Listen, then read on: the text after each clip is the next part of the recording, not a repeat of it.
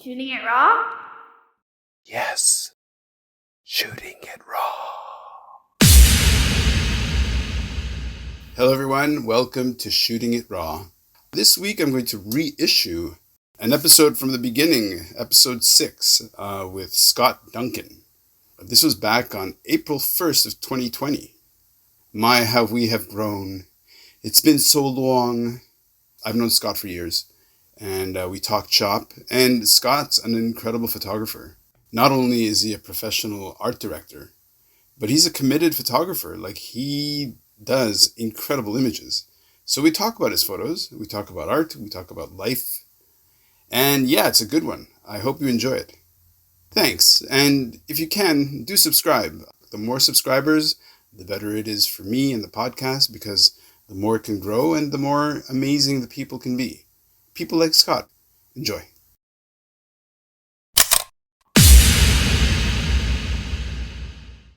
Today, I am so pleased to have Scott Duncan with us on Shooting It Raw. Scott Duncan I've known, how long have I known you since? 1991? 94, I think. 94? Oh, yes, of course, 94. Yeah. Right. Jeez Louise. Yeah. Okay. Which photograph shall you start with? There's one that has a car coming down the highway. Mm-hmm. Why don't we go with that one? Sure. So why don't you describe it? Yeah. It was it was a rainy night, which is often a sort of the time that I go out and shoot.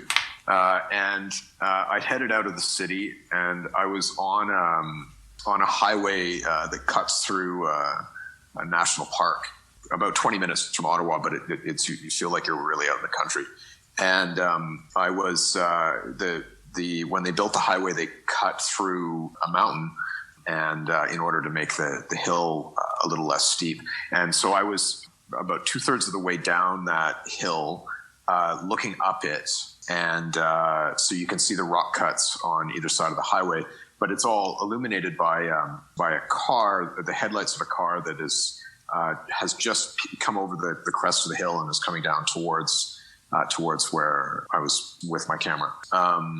The picture has this sort of bright glare of the headlights of this car, and then the headlights and taillights of that car and maybe a couple of others that were up the highway were illuminating the rock walls, primarily because there was a fair bit of mist and rain in the air. So the picture's quite, I guess it's got, in the sky there's quite a lot of texture.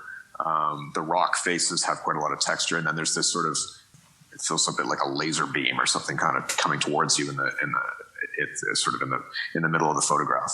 Mm-hmm. So that's sort of, how I would describe that picture. Right. There's so much to talk about, and I have so many questions, and I don't know where to start because it's sure. Amazing. Well, so go ahead. I guess that, first of all, the reason I chose that picture was, it's a technical. Shooting at night is pretty challenging. Shooting in the rain is kind of difficult. It's hard on my equipment.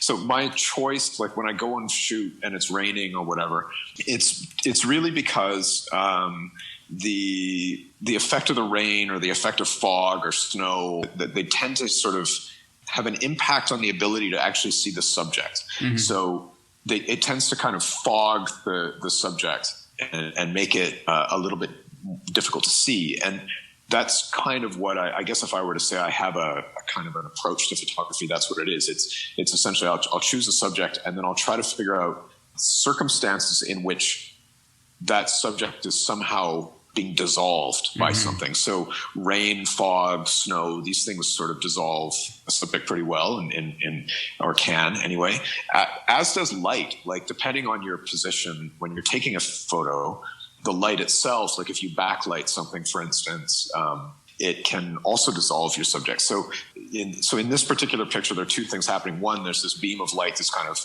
shooting towards the camera.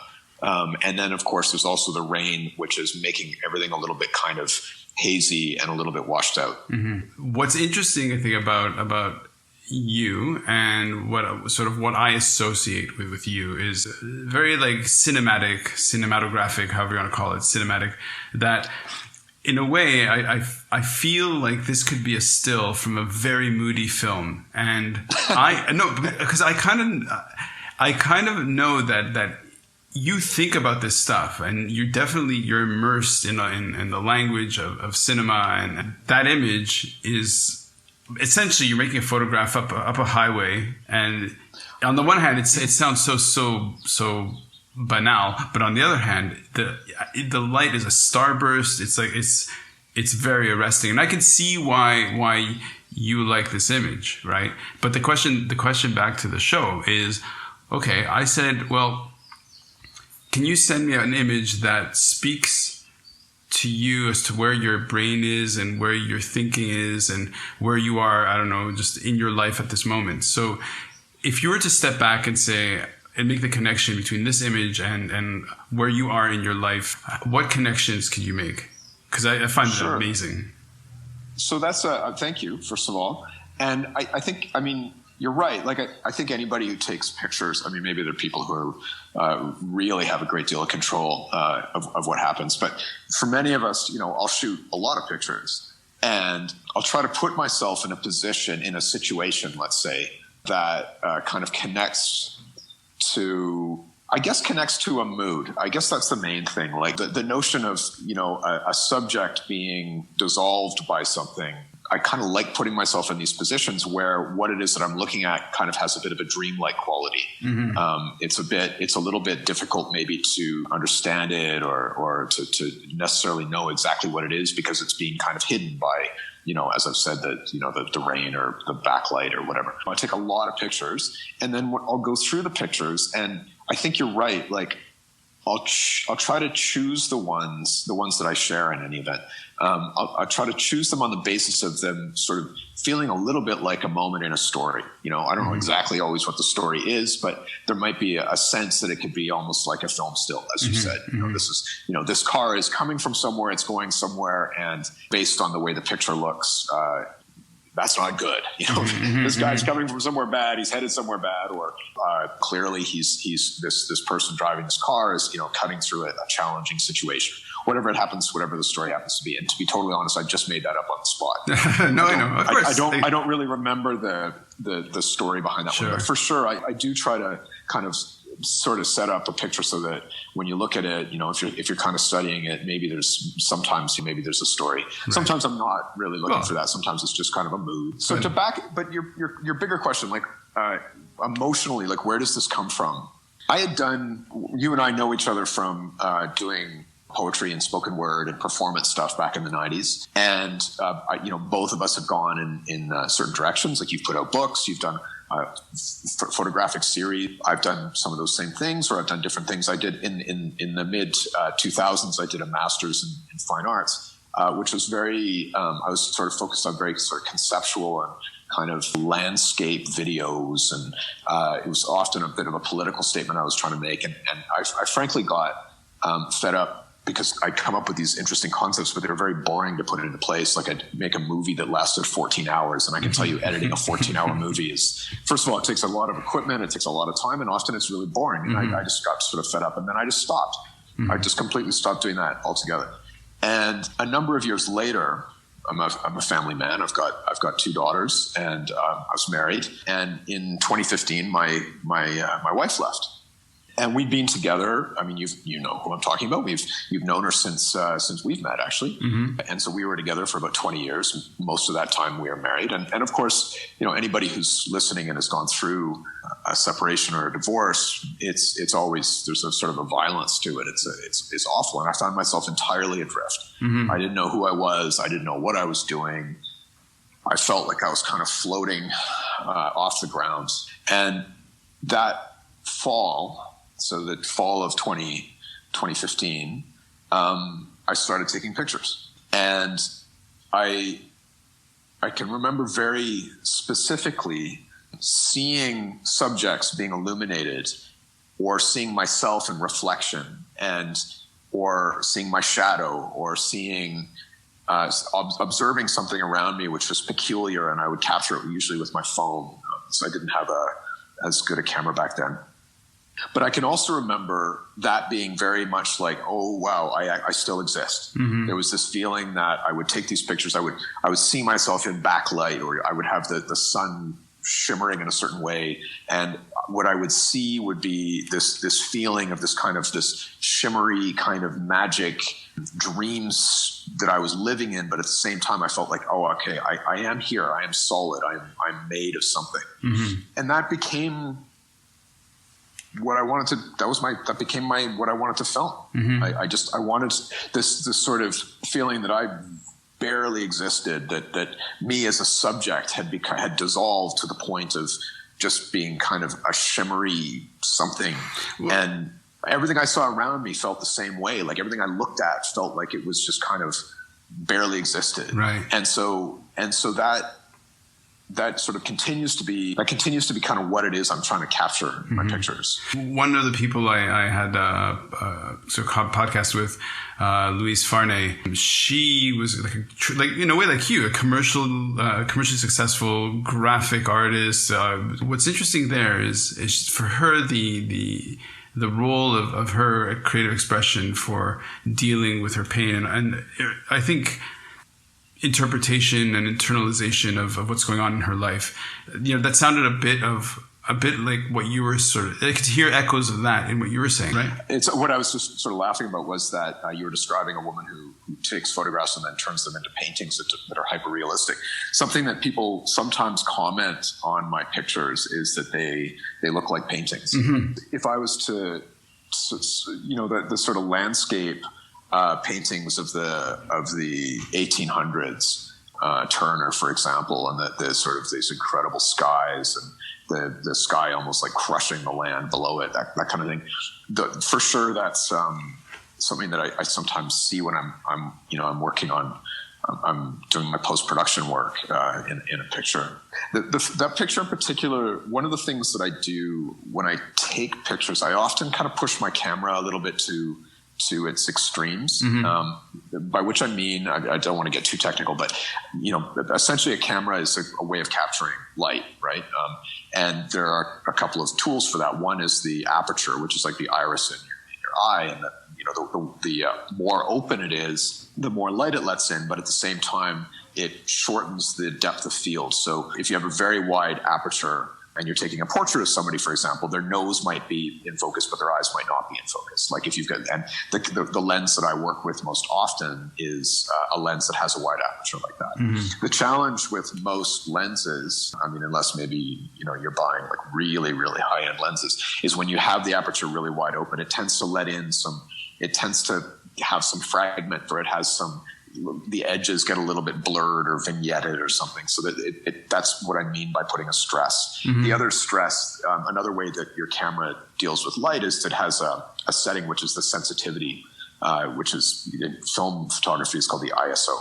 And the higher the ISO, the more grain there is in your picture. When you're taking pictures at night, it's good to open your aperture. It's also good to have a higher ISO. But what this means is when you look at the picture up close, it's really grainy, mm-hmm. and it's kind of burned out. And that's another way that you're kind of playing a little bit with with the subject. You're sort of dissolving the subject using your camera. I really want to share more about how you tick and who you are in terms of in terms of our relationship, because I've always known you as being rooted in some kind of narrative, I guess, of telling some kind of story, but it not necessarily being very literal. Like it's also kind of poetic narrative. So do you make a link between performance, because we did that for such a long time, and your image making, or they're kind of separated? So it's an interesting question. So your question was about performance, and I wanted to make a little interjection here. I'm holding in my hand a little book that's held together with 3 bolts called M-Fass is a Book of Love. Copyright Ran Elfassy, 1997, Montreal, and it has a dedication. Please, Scott, please read all the lines between the lines, made while we made, and how warm can memory feel. You're a very good writer. Shooting it raw, it's all about me. And it's a really beautiful little book. It's all about love. It's great. So I come back to your question about performance. So I don't know if this is performance exactly, but what I was thinking was that when I take a picture, I see, whatever it is I'm looking at, and there's a, objectively what my eyes will allow me to see. And then, of course, there's a subjective layer on top of that. So, depending on what mood I'm in, or depending on what I've experienced, or where I'm at in my life. So I described earlier this kind of like coming out of a challenging separation and feeling like I was completely lost. And so the sort of that subjective layer for a long time was, I'm in a dream state. Everything feels like it's unreal, and how can I find a way to capture that?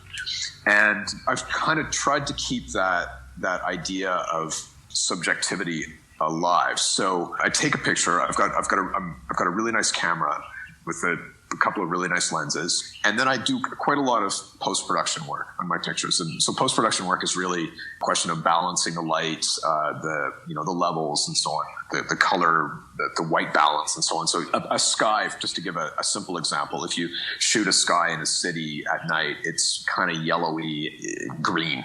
And it's often not particularly impressive the way it comes out in your photograph before you spend a little bit of time finding the actual light that you saw or the light that you felt. So in a sense, my work on my pictures, I try to be very honest. Like I try to really honestly say, this is what I see, knowing that part of what I see is also what I'm feeling. It's not just what I actually see.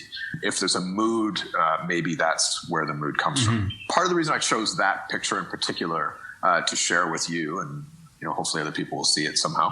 There was a certain kind of an intensity, and at the time that I took that picture, I had not long before that done a ayahuasca retreat.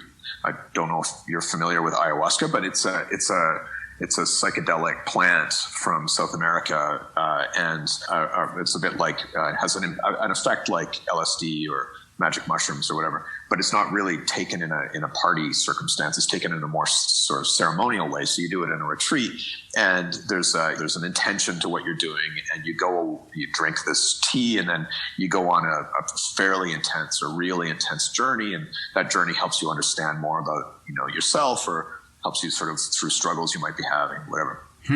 And I came out of doing that, and like, all of a sudden, the world around me became considerably more intense. Okay. Like colors were brighter. Everything was imbued with meaning where there really hadn't been meaning before. It felt for maybe a 2-month period after I'd taken this, almost like I was living in one of those dreams where in a dream where a person walks into the room, you don't necessarily know who that person is or whatever, but they're really significant for some reason. That oh yes, well this is really bad that this person is now here. This is really bad, or it's fantastic this person has showed up, or whatever it happens to be. But so everything was kind of imbued with this sort of magic intensity. Yeah. And so that picture has this kind of like zapping kind of thing happening. Well, and that was kind of what I saw. There's that whole sort of perspective or way people talk about photography, and this is true for people doing selfies. This is true for all pictures, right? Like even the crappy like group photo, whatever it is, right? That your whole experience in your life is what it kind of shapes why, like your intention and why you stopped and why you kind of put the camera forward and then looked through the thing and just expected to create an image or to freeze the scene in front of you. And that your whole, it's this idea that your whole life history and experience informs your action to sort of trip the shutter.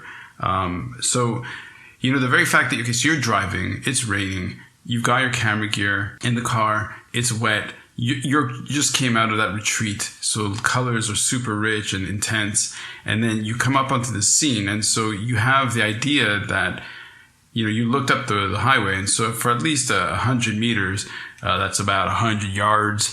So 100 meters, you're looking up, and you're like, oh shit, okay, I'm gonna stop the car. So you pull over to the side of the road, and then you get out of the car, and in a way, that's part of the image making experience, right? Where you're walking around in the street, and you're like, you have your camera in your hand.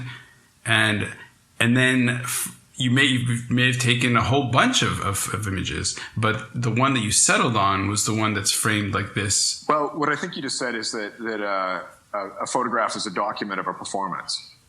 Okay. In a way. You don't see the performance. You see what the performer sees. Right. I think that's what you said. I think it's a very generous idea to think that, any choice, anytime you click the shutter, that's a evidence of your entire life's subconscious set of choices. Subconscious. Sure. Sure. I can tell you, I take piles of really shit photographs that nobody ever sees. Right? So I think me too, man. I guess the reality is that sure. Yeah, I guess it is. I'm not trying to convince you. I'm not trying to convince you. I'm just sort of. Maybe it's a selfish thing, and maybe the pictures that I take that I'm about the way I describe this experience. Maybe they're not my strongest pictures. I'm not sure. That's probably fair enough to say. But sometimes I'll think, I'm really vibing out at this moment. I'm really, whoa, this is like the heat. The sun is setting. That old dude over there, cutting cactus branches or whatever it is I had, wherever situation in Hull, yes. In Ottawa. No, I recently was down in Mexico, and okay. I was thinking of these sort of scenes where the sun's setting and it's all dusty and it's sure. and I'm just like, wow, this is such a cool feeling. I just want to take a picture of this feeling. I want everybody to have this feeling I'm having. The challenge, of course, is that a picture kind of has to have a subject of some sort, or people have to be able to hook onto something, because they're not necessarily anywhere near the feeling I have when I might have chosen a particular photograph. Okay, so let me pull back some more. Let's just leave the camera and the photographs on the table and just step outside and just go for a walk. So I create this podcast, and now that's given me the excuse to kind of reach out beyond the mere sort of little like, hey, how you doing over Facebook, a little like message here, message there, but to actually dive into a deep conversation with people. And in a way, it's a treat. For me, it's a treat because you and I have not spoken extensively for a few years. How about you describe, the camera pans over and sees a fellow called Scott Duncan sitting in his chair, surrounded by pine or whatever it is. So why don't you describe the scene of how I'm talking to you, and what's your environment of you talking to me? The environment, well, first of all, it's true. Our conversations over the past number of years have been kind of transactional. So it's nice to have a deeper chat. It's bringing back all kinds of memories. Somehow this, we're recording this during really extraordinary lockdown in Canada around the COVID-19. In the world. I get the feeling it's kind of, you guys have kind of gone over the hump, but in Hong Kong, but it's just as bad. Back. It's just as bad. Yeah. Given what's happening right now with the virus and the scare in terms of trying to make sense and recover, can you make a connection between your images as a source of commentary on what's happening, or is that just too pedantic and too kind of like, why even bother? No, I think that's good. So I did the other day go out early in the morning, and I went to Parliament Hill. I was disappointed to see how many workers there were. There were tons of people not doing proper social distancing and so on. But there was this old fellow huddled on there's this flame, this sort of eternal flame idea, and he was obviously a homeless guy, and he was kind of huddled on the edge of this sort of I don't know what you call it, there's around the flame there are plaques and so on, and there's quite a lot of heat that comes off it, and so he was kind of keeping himself warm there. And I took some pictures of that. I did with things in the background again, kind of in the it was foggy, rainy that morning again. And of course, I was, I had in my mind, the COVID-19. I first of all, I'll say that I feel very fortunate to be in Canada, because we have a relatively well organized society. We have a relatively well organized and effective central government, which I know is not the case in much of the world. I was recently in Mexico, and God help them, it's going to be tough for them. And at the same time, I was aware that the response of the government of Canada has been very has been very, quick and in many respects very consistent and very, very generous in many ways in terms of trying to help Canadians in addressing this. And then, I look at this homeless fellow and I think, oh, wow, it's going to be really hard on people like him. Mm-hmm. Is he staying out of the shelters because he doesn't want to get sick? It's cold here in the winter, as I'm sure everybody knows. And it's still winter, unlike much of the world. And then I think of other communities, like, for example, Canada has an abysmal history in the way it treats the indigenous population in the country. And they really need to holler to be heard. Like, it's hard they kind of get forgotten, or, if they're not forgotten, the delivery of services in indigenous communities is often really challenging. And if they're far up north, it's expensive. That's, flying planes up. It's hard to get nurses and doctors. And so I kind of am aware of the sort of the weaknesses in our system. I'm quite concerned about that. I do want to, underscore the fact that we're very, very fortunate in this country. Sure. There aren't that many countries where the response will be as good as here. For sure. Listen, go Canada. So for example, one of the people I spoke to is my sister, who moved to the US, right, for work and to be with her husband. And she's in Savannah. And so she's a pediatrician. So she's like, a physician in dealing in the community with kids showing up sick, and how to respond to them, and the sort of the balance of how care over there is delivered. So the fact that you're conscious of how fortunate Canadian society is. Yeah, totally. One of the things of coming back after so long is to realize Canada's hard, man. It's a hard place to live in. It's not easy. It is so not easy. And I think Canadians are kind of used to it. And so it's going to go, okay, we just deal. But dude, it is fucking hard to live in that kind of climate. And Canadians just do it. But you're hardy people. Like, for example, we get on the Zoom call and I'm in my shorts and a t-shirt, and I'm kind of like, yeah, my feet are cold. It's clammy. It's like, it's 25 degrees. Yeah. And then I look at you. You're like, please describe what you're wearing. Well, actually, I'm wearing, very, very cozy sweatpants. Listen, one thing I want all the people listening to this to understand is we heat our homes in Canada. Right. We waste enormous amounts of energy heating our homes. So I was in Mexico in January in Mexico City, and Mexico, what do you think? Heat, beaches, blah, blah, blah. Mexico City in January, nobody has a friggin' space heater anywhere. Mm-hmm. Nowhere. That's like Hong Kong. Freezing. That's like Hong Kong. It's freezing because it drops to like 4 degrees at night, and then during the day it warms up to 19 or something. Wait. I have to translate that into American. 4 degrees Celsius is something like 832 degrees Fahrenheit. Oh. It's about 40, I think, maybe 38 Fahrenheit.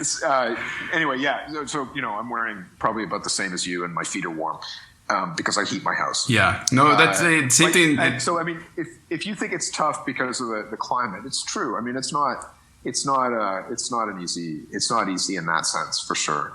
I think another thing which is true of this country, and I think it's true of other places too. For instance, northern Italy or France, the social networks are very tight, and so it's hard to get on the inside. And when you are on the inside, people aren't so inclined to let other people on the inside. So we're very friendly in Canada, but we're not particularly. But it's closed in a way. It doesn't seem closed, but I know this is the experience that a lot of immigrants, for example, have when they move here. It's like, what is going on? Like, why can't I get a break?